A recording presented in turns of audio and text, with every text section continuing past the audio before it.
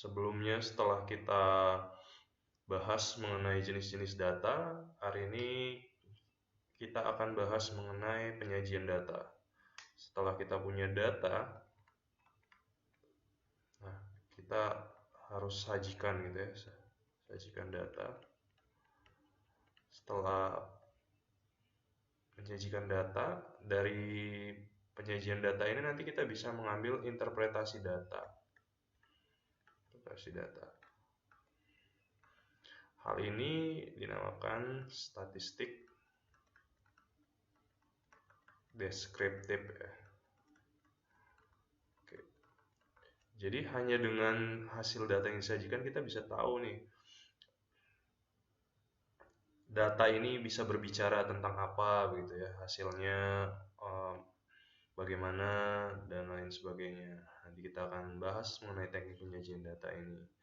Nah, mengapa data perlu disajikan dengan baik? Yang pertama itu agar tertata, teratur dan terorganisir datanya gitu. Kalau di industri atau di perusahaan-perusahaan itu biasanya sangat banyak ya datanya. Nah, bagaimana agar data tersebut dapat diinterpretasikan dengan baik, dapat diterjemahkan dengan baik, maka harus disajikan dengan baik pula begitu ya, agar dapat dimengerti dengan mudah. Nah, selain itu, data yang disajikan dengan baik dapat dengan mudah juga dianalisis. Seperti yang saya bilang sebelumnya bahwa dengan data yang telah tersajikan menggunakan beberapa teknik penyajian data, nanti data tersebut bisa dianalisis secara deskriptif datanya. Jadi mengapa perlu disajikan? Agar tertata dengan baik, teratur, dan nantinya dapat dengan mudah dianalisis lebih lanjut. Nah, pada umumnya itu teknik penyajian data terdiri dari 3 ya, tabel, grafik, dan histogram. Nanti di tabel ini macam-macam jenisnya, nanti akan kita lihat di grafik juga dan histogram. Umumnya 3 ini, tapi mungkin ada di luar 3 ini, mungkin ada yang lain seperti teknik penyajian data yang ada juga namanya piktogram ya. Piktogram ini teknik penyajian data menggunakan, seperti namanya pik berarti gambar gitu ya. Namun piktogram ini biasanya tujuan marketing atau komersil ya. Jadi datanya dengan mudah disajikan gitu. Kalau piktogram ini misal teman-teman tahu ada misal gambar boneka gitu ya. Gambar boneka nanti jumlah boneka ini merepresentasikan jumlah penjualannya begitu ya, misalnya jumlah penjualan bonekanya. Oke, biasanya seperti itu. Namun umumnya dalam analisis statistik, data statistik menggunakan 3 ini ya, nanti kita lihat. Yang pertama menggunakan tabel. Ini merupakan cara sederhana untuk menyajikan data hasil pengumpulan baik itu untuk penelitian ataupun untuk keperluan lainnya. Jadi tabel ini terdiri dari 3, ada tabel 1 arah, tabel 2 arah, dan 3 arah. Apa perbedaannya? Nah, jadi tabel 1 arah ini maksudnya judul tabel ininya hanya satu gitu ya, jenis barangnya satu.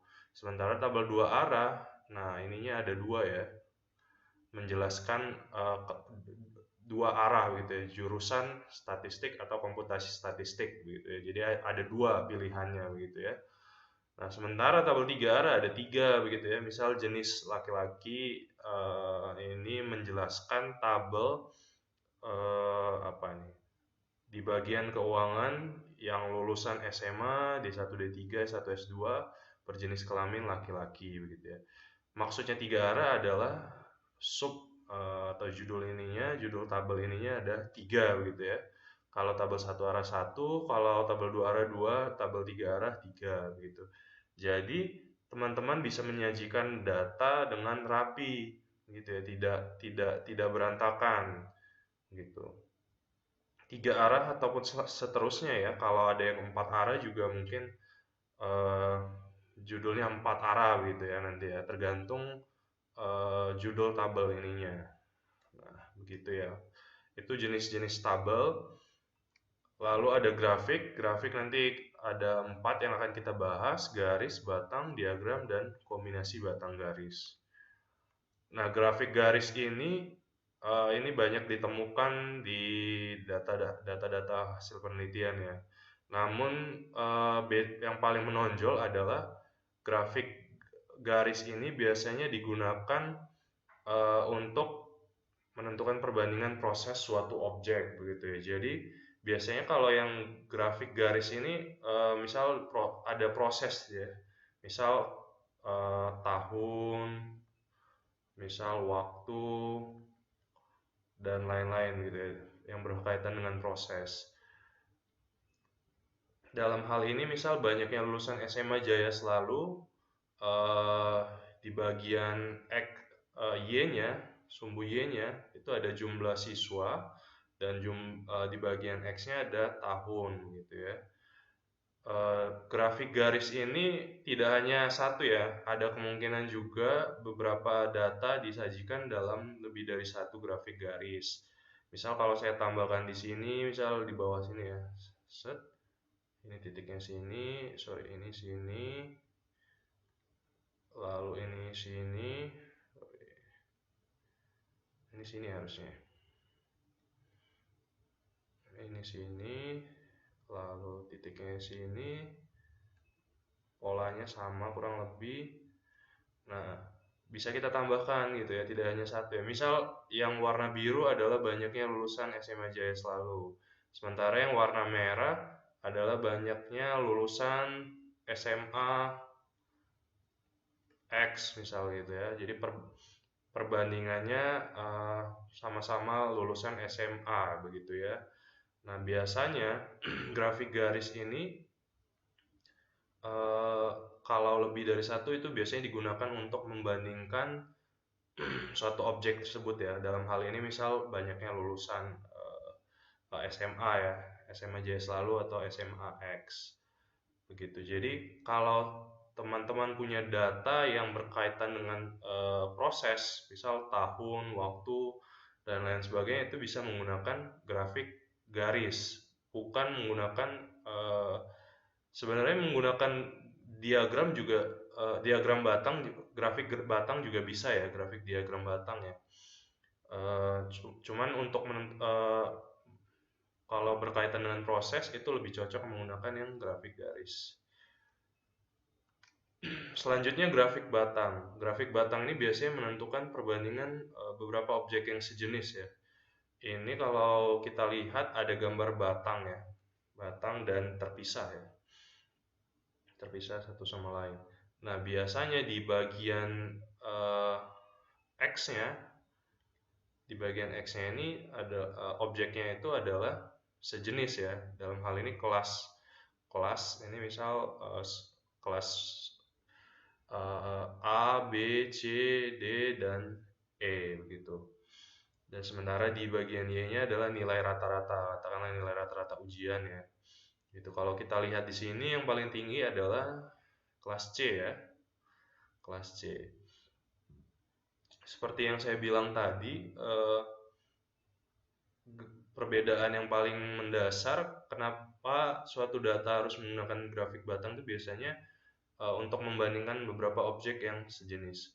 Kalau data ini disajikan dalam bentuk grafik yang sebelumnya tadi, grafik garis, misal katakan sini ya, ini kan titiknya di sini ya.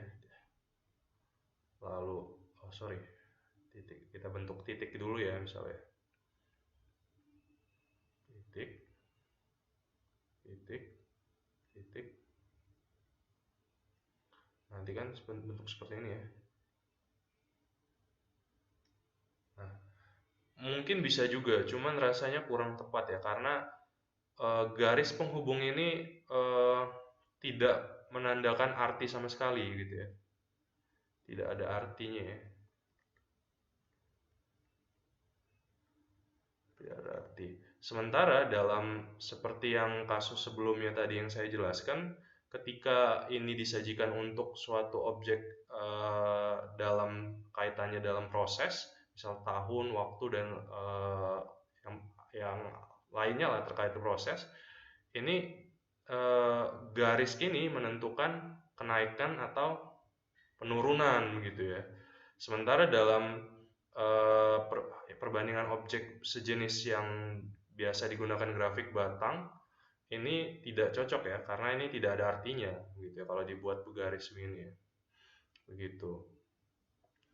Ya, oke. Jadi perbedaan yang paling mencolok itu ya, kalau yang grafik garis itu biasanya untuk suatu proses. Biasanya juga yang sumbu X dari grafik batang ini sifatnya, tadi kan kita sudah belajar data ya, sifatnya kualitatif ya, kualitatif. Jadi misal di sini kan kalau kualitatif kan tadi yang bentuknya misal kualitas, tidak ada angka gitu ya. Meskipun misal katakanlah misal yang punya baju ukuran 100 yang punya baju ukuran 30 misalnya, 30, 60, oh ada baju 60 ya, 70 dan seterusnya gitu ya. Makna 30, 60, 70 ini adalah maknanya kualitatif gitu ya. Kualitatif. Nah, sehingga biasanya menggunakan grafik batang gitu. Oke, ini yang grafik batang ya.